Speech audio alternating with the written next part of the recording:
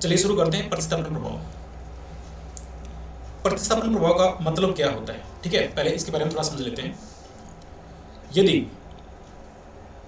दो वस्तुओं की सापेक्ष कीमतों में परिवर्तन होने के साथ साथ उपभोक्ता की मौद्रिक आय में भी इस प्रकार से परिवर्तन होता है कि उपभोक्ता की वास्तविक आय स्थिर बनी रहे, तो उपभोक्ता क्या करेगा, सापेक्षिक महंगी वस्तु के स्थान पर सापेक्षिक सस्ती वस्तु का प्रतिस्थापन करेगा, ठीक है। और इसके फलस्वरूप दोनों वस्तुओं की खरीदी जाने वाली मात्रा के ऊपर जो प्रभाव पड़ेगा उसको हम लोग प्रतिस्थापन प्रभाव कहते हैं, ठीक है। तो प्रतिस्थापन प्रभाव में जो आय है उसको हम लोग स्थिर मान के चलते हैं। सिर्फ और सिर्फ क्या होता है कि हमारी जो वस्तुओं की कीमतें हैं उसके अंदर परिवर्तन होता है, ठीक है। फर्गुसन इसके बारे में क्या बोलते हैं, फर्गुसन कहते हैं कि प्रतिस्थापन प्रभाव केवल सापेक्ष कीमतों के परिवर्तन के कारण से वस्तुओं की खरीदी गई मात्रा में परिवर्तन को बताता है, जबकि वास्तविक आय स्थिर बनी रहती है। बात वही है कि सिर्फ और सिर्फ कीमतों में, सापेक्ष कीमतों में परिवर्तन होता है इसके अंदर, और वास्तविक आय क्या रहती है, स्थिर रहती है।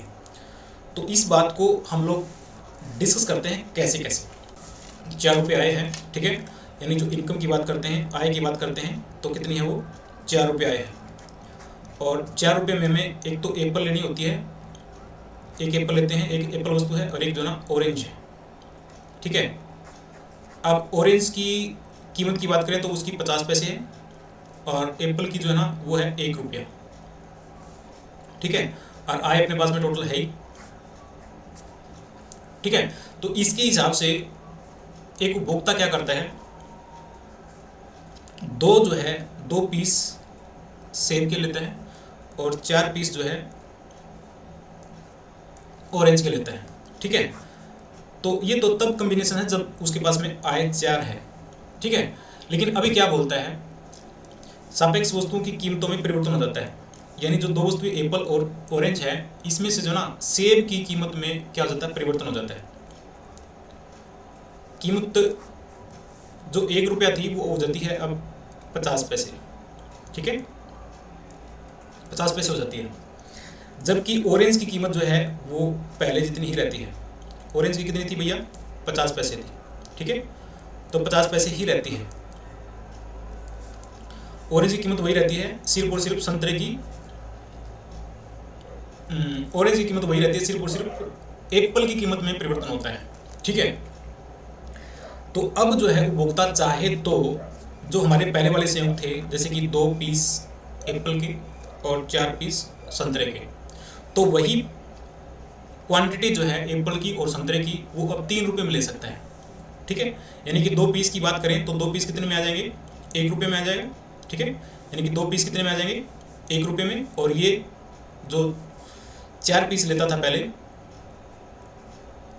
वो कितने में आ जाएंगे, 2 रुपये में आ जाएंगे। और ये जो है 2 पीस कितने में आ जाएंगे, 1 रुपये में आ जाएगा। तो टोटल जो है अब इनकम जो है वो 3 रुपये में काम चला सकता है, यानी आय की बात करें तो वो 3 रुपये में पहले वाले संयोगों को ले सकता है, ठीक है। अब कीमत के कमी होने के कारण से क्या हो गया, उपभोक्ता के पास में वास्तविक आय बढ़ जाती है।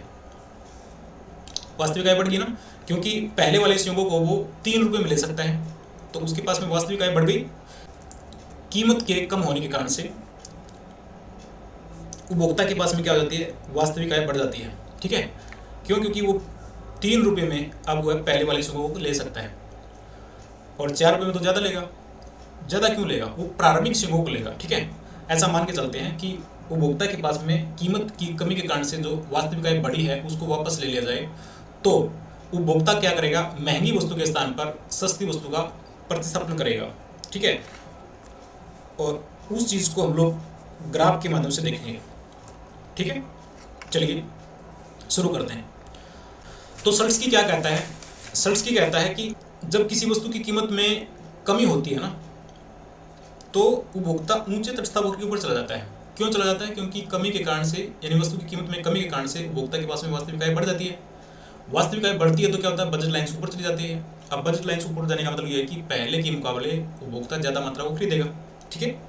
इसका मतलब ये हुआ कि ये वस्तु की कीमत में कमी के कारण से उपभोक्ता जो ना ऊंची तटस्थ वक्र पर चला जाता है, और कीमत में वृद्धि के कारण से उपभोक्ता निचले तटस्थ वक्र पर आ जाता है।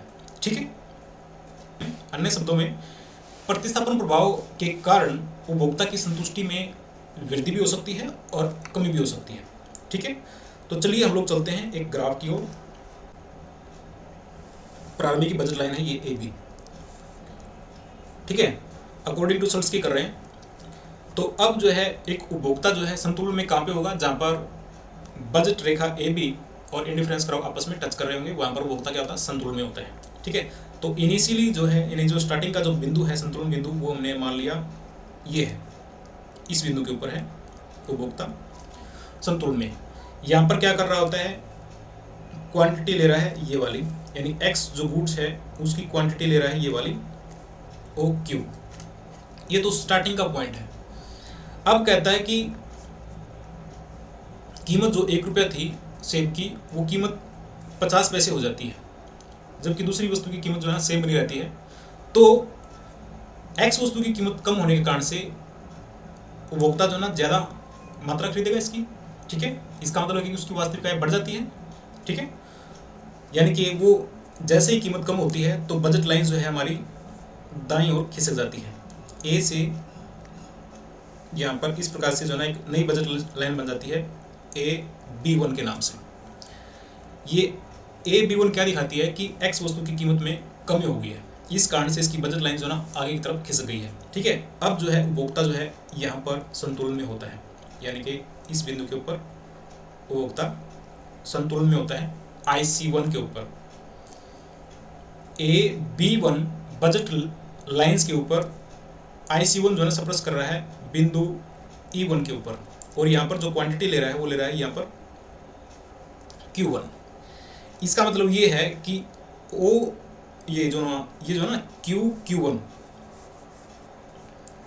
Q और Q1 जो है ये हमारा प्राइस इफेक्ट है, प्राइस इफेक्ट है, यानी कि कीमत में कमी के कारण से हम संतुलन E से E1 के ऊपर चले गए हैं, यानी कि E1 जो है वो क्या है, हमारा प्राइस इफेक्ट है।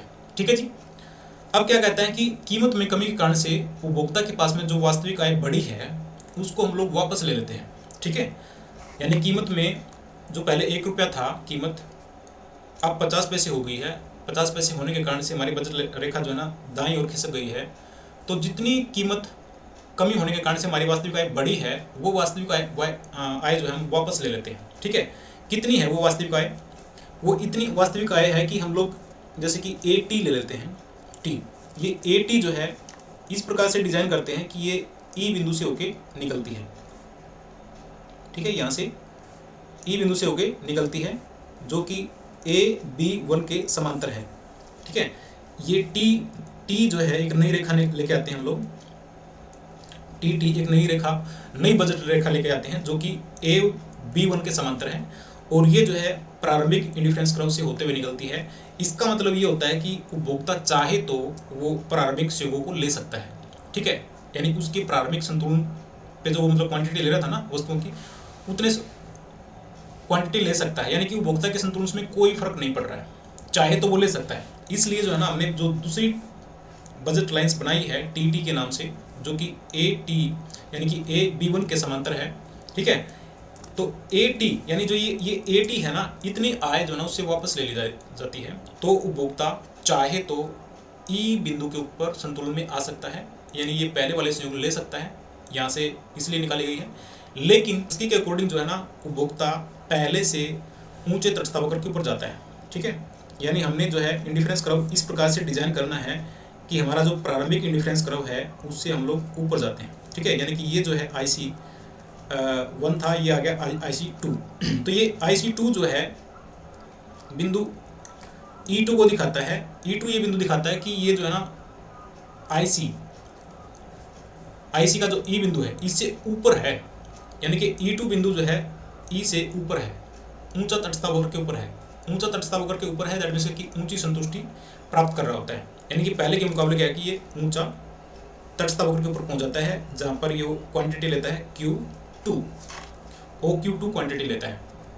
तो इसके अंदर क्या है, E1 से E2 पर आना, E1 से E2 पर आना, यानी कि E1 से E2 पर आना क्या है, हमारा आय प्रभाव है, यानी कि इनकम इफेक्ट है। इनकम इफेक्ट क्या है, E1 से E2 पे आना इनकम इफेक्ट है, ठीक है। और E2 E1 पर जाना, यानी कि क्या था, E2 E1 पर जाना, इससे यहाँ पर गया था, क्या था, हमारा प्राइस इफेक्ट था। E से E1 पर गए तो प्राइस इफेक्ट था, ठीक है। और E1 से E2 पर आना, E से E2 पर आना हमारा क्या है, आय प्रभाव है। तो ये जो बच जाता है ये हमारा क्या होता है, सब्स्टिट्यूशन प्रभाव होता है, यानी कि E2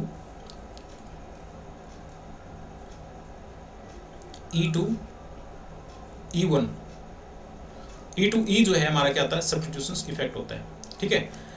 अब यहाँ पर क्या है करता है, आय वापस लेने के कारण से उपभोक्ता क्या करता है, सापेक्षिक महंगी वस्तु के स्थान पर सापेक्षिक सस्ती वस्तु के का प्रतिस्थापन करता है। इसलिए जो है ना उपभोक्ता ऊंचे तटस्थ वक्र पर आता है, ठीक है। इसके अंदर हमें सिर्फ ये बताना है कि जब उपभोक्ता से इतनी वास्तविक आय ले ली जाती है कि उपभोक्ता चाहे तो प्रारंभिक सहयोगों को ले सकता है, ठीक है, ले सकता है। ये बजट लाइन जो हमने टी बनाई है वो A1 B1 के बिल्कुल समांतर बनाई है और E बिंदु से होते हुए निकाली है, ठीक है। लेकिन जो इंडिफरेंस कर्व जो है वो IC जो पहले वाला था उसे ऊपर लेना है हमने, ठीक है। ये ऊपर दिखाएगा कि उपभोक्ता जो है पहले वाले संतुलन से ऊपर जा रहा है, ये दिखाना अपने को सल्ट्सकी के अकॉर्डिंग। सल्ट्सकी के अकॉर्डिंग जो है जो प्रतिस्थापन प्रभाव है हमारा, यानी कि ये जो है सब्स्टिट्यूशन इफेक्ट, ये जो है हमारा इनकम इफेक्ट, और इन दोनों का जोड़ जो होता है वो क्या होता है, प्राइस इफेक्ट है, ठीक है। यानी यहाँ पर जो है अगर हम क्वांटिटी की बात करें, इनके, तो मैंने यही बात की है, यानी कि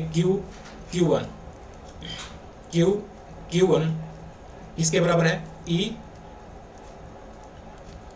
E1 है, ठीक है। यानी यहाँ से यहाँ तक का ये है, ये क्या होता है, हमारा प्राइस इफेक्ट होता है, ठीक है। और यहाँ से यानी कि E2, या फिर ये कह सकते हैं कि Q1 Q2 ये क्या है हमारा, यानी कि E1 E2 ये क्या होता है, आय प्रभाव होता है, इनकम इफेक्ट होता है, ठीक है।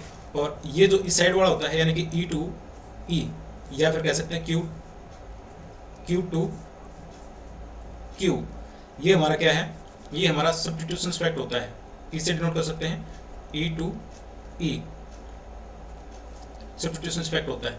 और कमाल की बात ये होती है कि कीमत प्रभाव होता है, यानी कि प्राइस इफेक्ट जो होता है वो सब्स्टिट्यूशन इफेक्ट प्लस में इनकम इफेक्ट का जोड़ होता है, ठीक है। सल्ट्सकी का जो प्रतिस्थापन प्रभाव है वो हिग्स के प्रतिस्थापन प्रभाव से ज्यादा संतुष्टि देता है। जो ये कर्व होगा ये इस कर्व से ऊपर होगा, ठीक है, यानी ऊंची संतुष्टि देगा।